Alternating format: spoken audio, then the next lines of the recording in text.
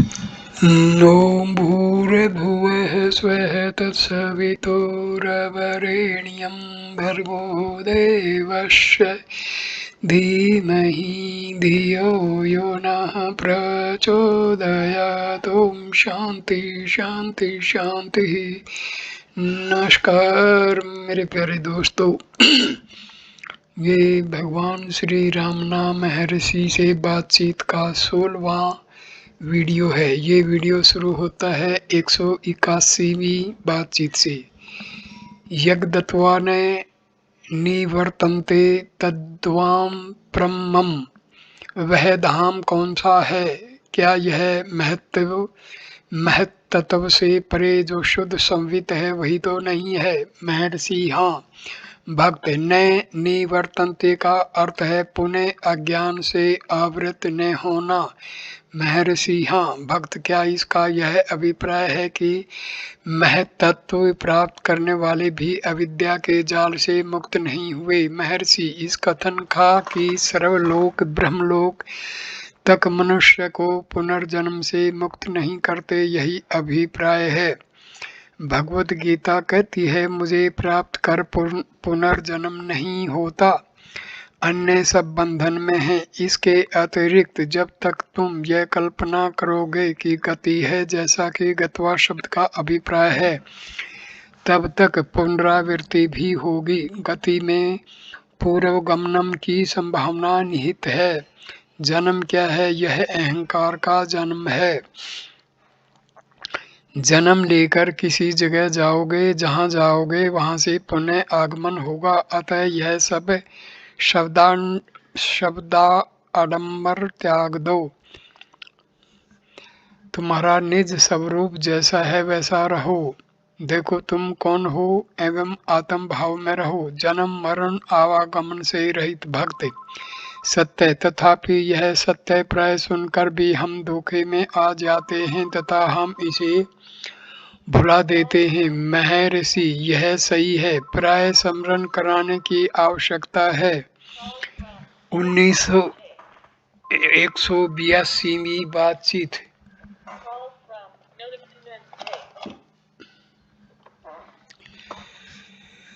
दिन में एक रोचक फोटो गुम हो गया। श्री भगवान इससे चिंतित प्रतीत हुए। श्री फ्राइडमैन ने जिज्ञासा की कि महर्षि इन सब विषयों को कैसे देखते हैं।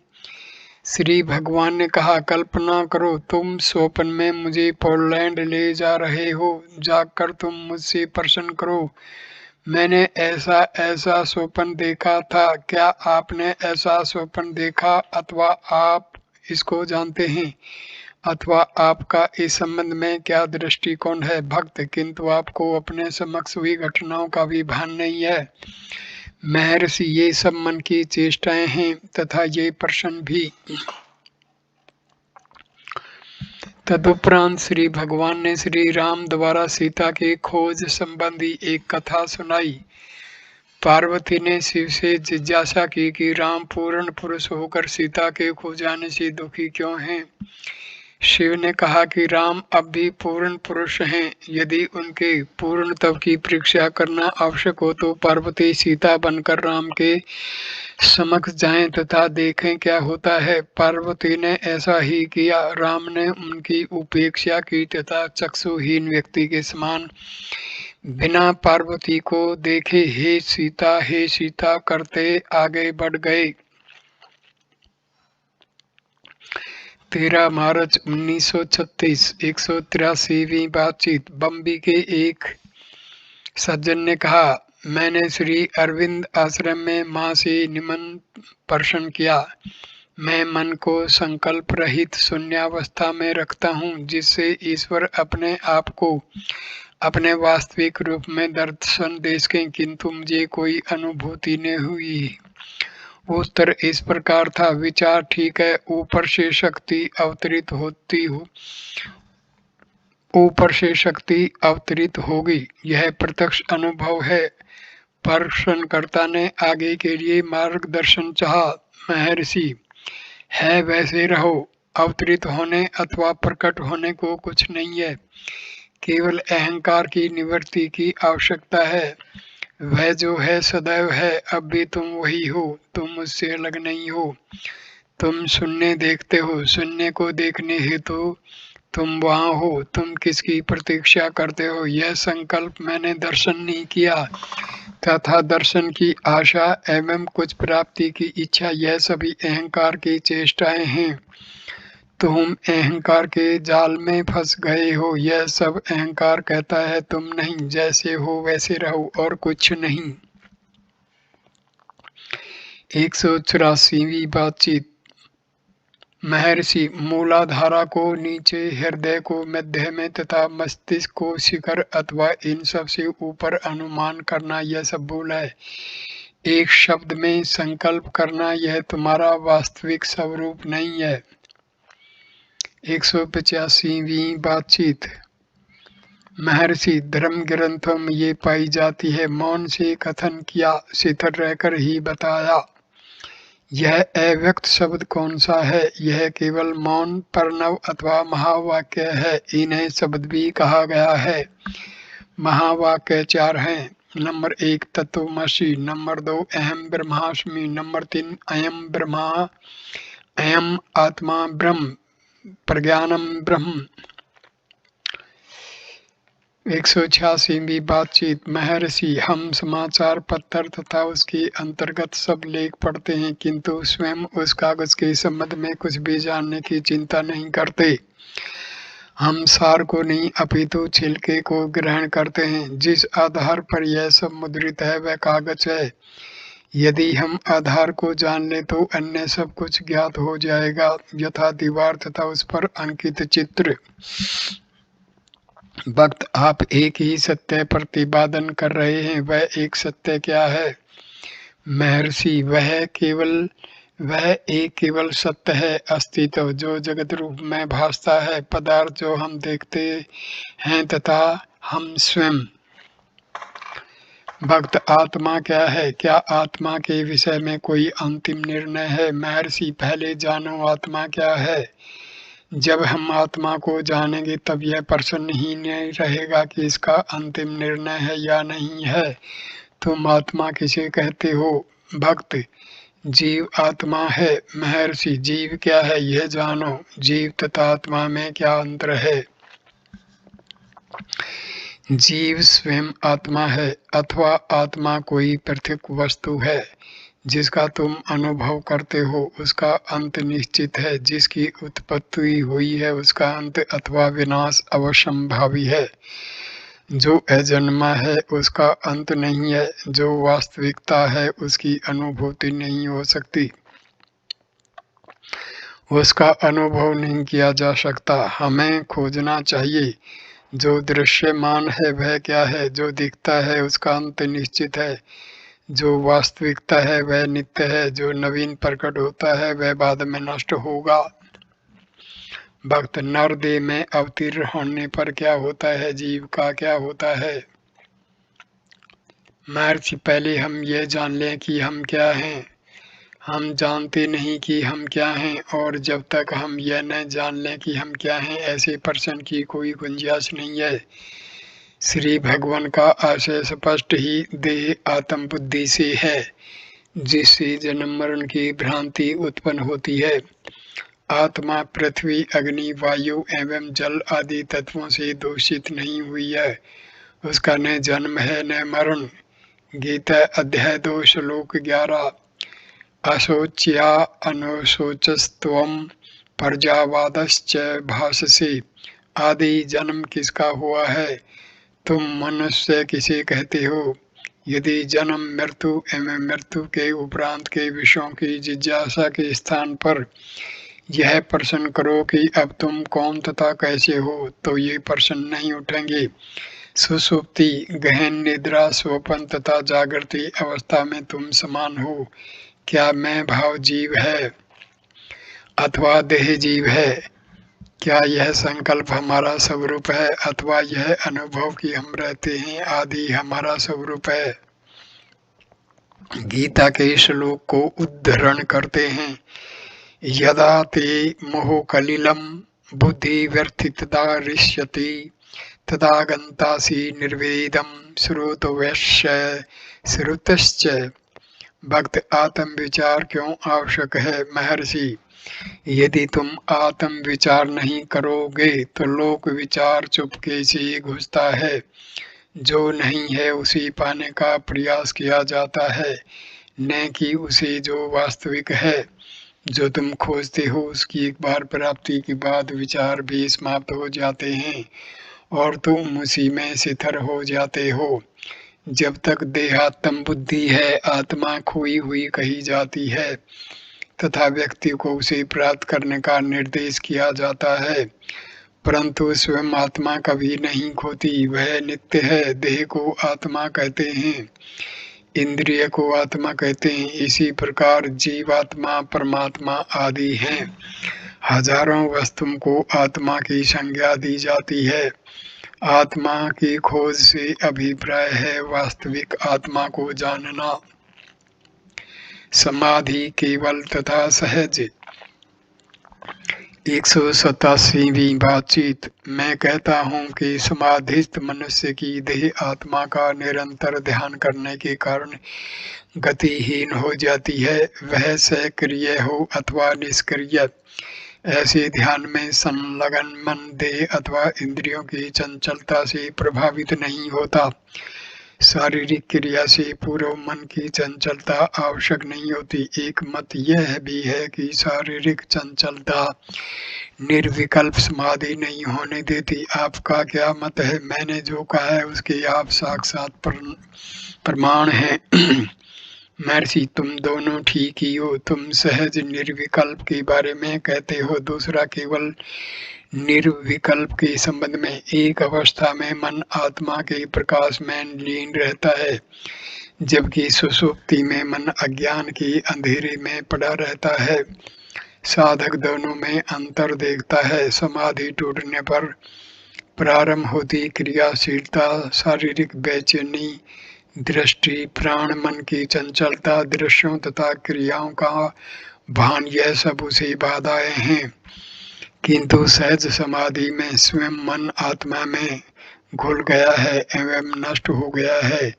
इस अवस्था में उपरोक्त अंतर तथा बाधाओं का अस्तित्व नहीं रहता है। ऐसे कार्य निद्रात बालक के आहार ग्रहण की तुल्य हैं, जिसका दर्शक को भान होता है किंतु स्वयं उसको नहीं होता। सोते हुए गाड़ीवान को गाड़ी के चलने का भान नहीं होता, क्योंकि उसका मन अंधकार में लीन है। इसी प्रकार सहज ज्ञानी को अपने दैहिक कार्यकलापों का कोई भान नहीं होता, क्योंकि उसका मन मृत हो चुका है। मन चिदानंद आत्मा की समाधि में घुल चुका है। उपरोक्त प्रश्न में ध्यान तथा समाधि को ठीक प्रकार से वर्णन नहीं किया है। ध्यान में मन को उसमें करने के लिए कठिन प्रयास आवश्यक है, जबकि समाधि सहज व बिना प्रयास की। सुषुप्ति पहला जीवित मन, केवल पहला जीवित मन, सहज पहला मृतक मन। सुषुप्ति दूसरा विस्मृति में डूबा हुआ, केवल दूसरा प्रकाश में डूबा हुआ सहज, दूसरा आत्मा में घुला हुआ केवल, तीसरा कुएं के जल में लटकी में रस्सी के बाल्टी के समान सहज में, तीसरा उस रीता के समान जो सहज में पानी समुद्र में मिलकर अपना अस्तित्व समाप्त कर चुकी है, केवल चौथा रस्सी के दूसरे छोर से खींची जाने वाली सहज सरिता समुद्र में से पुनः वापस लौटने में असमर्थ है। 188वीं बातचीत। केवल जागरूकता मन का सार है, किंतु जब अहंकार इस पर आधिपत्य कर लेता है, यह तर्क, संकल्प तथा अनुभूति का संस्थान बन जाता है। किंतु समष्टि बुद्धि अहंकार से सीमित न होने के कारण स्वयं से पृथक कुछ भी नहीं होती तथा इस कारण वह केवल भान मात्र है। बाइबल के I am that I am अस्तित्व ही मैं हूँ का यही अभिप्राय है।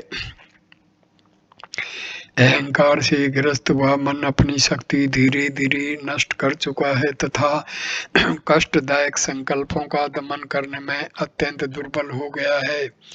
अहंकार रहित मन गहन एवं स्वपन रहित निद्रा में प्रसन्न रहता है। इसलिए निश्चय ही आनंद तथा दुख मन की वृत्तियां मात्र हैं, किंतु दुर्बल व्यक्ति को सबल व्यक्ति से बदलना सहज नहीं है। क्रिया दुर्बलता है अतः दुखदायक होती है, निष्क्रियता शक्ति है अतः आनंददायक है। सुसुप्त शक्ति प्रकट नहीं है अतः उसका उपयोग नहीं होता। समष्टि बुद्धि किसी दुर्लभ सत्पुरुष में अभिव्यक्त होकर अन्य जीवों के दुर्बल मन को सबन विराट मन से संपर्क कराने में समर्थ होती है। ऐसे दुर्लभ सत्पुरुष को सद्गुरु अथवा ईश्वर का प्रागट्य कहते हैं।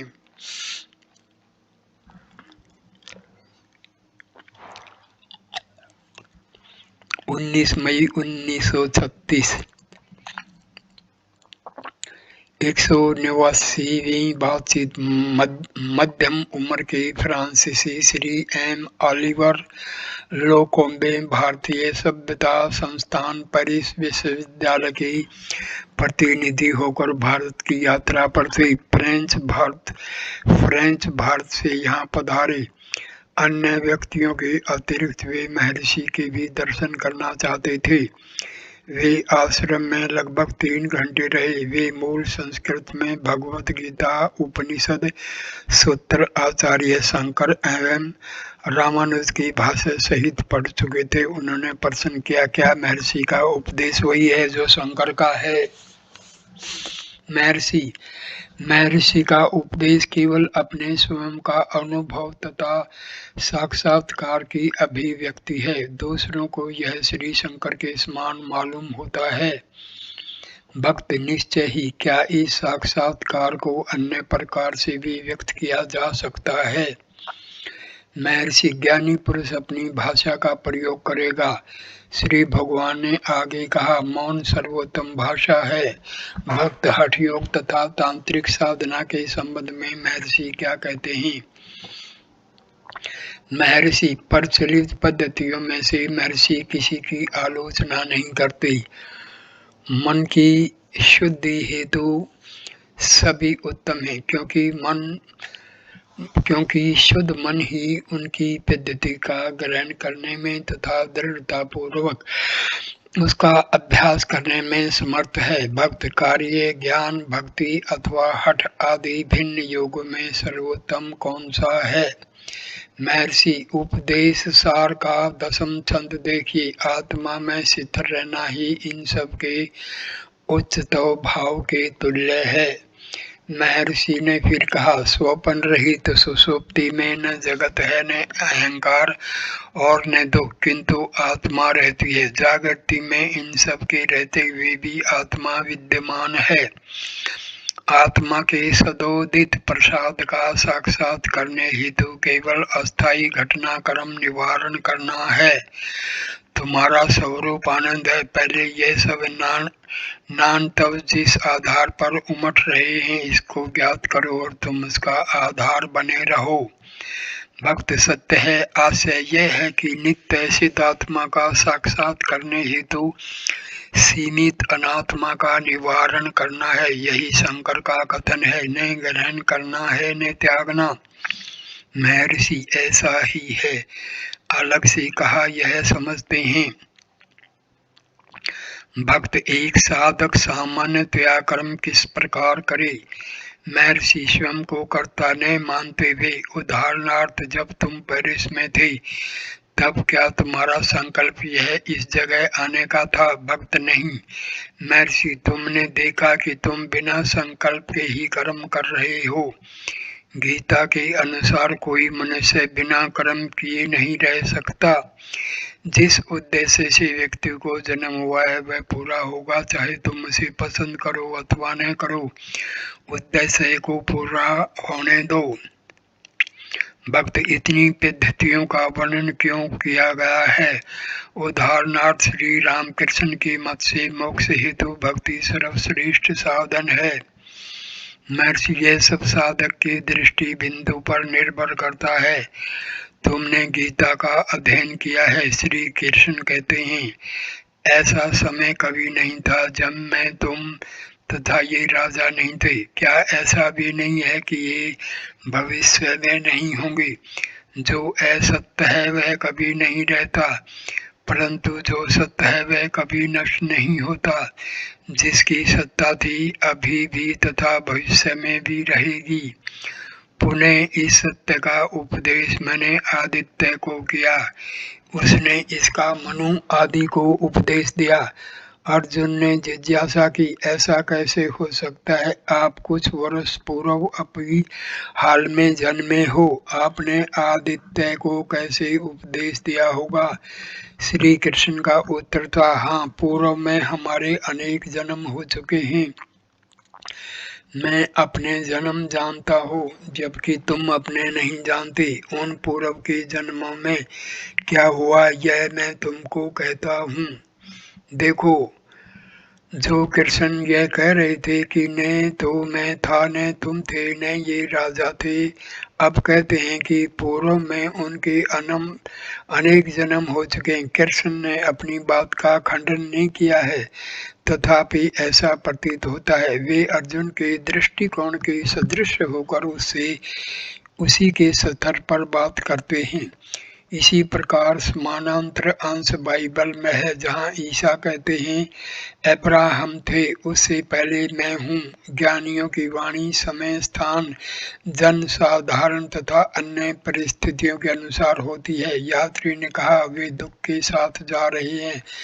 महर्षि ने मुस्कुराते हुए बीच में टोकते हुए कहा, न जाना है न आना है। फ्रांसिस ने तुरंत ही कहा, वे महर्षि देश काल से परे हो चुके हैं, वे पांडिचेरी लौट गए। मैं इस वीडियो को यहीं पर विराम देता हूँ। अगला वीडियो 17वां वीडियो 190वीं बातचीत से शुरू होगा। नमस्कार दोस्तों, धन्यवाद।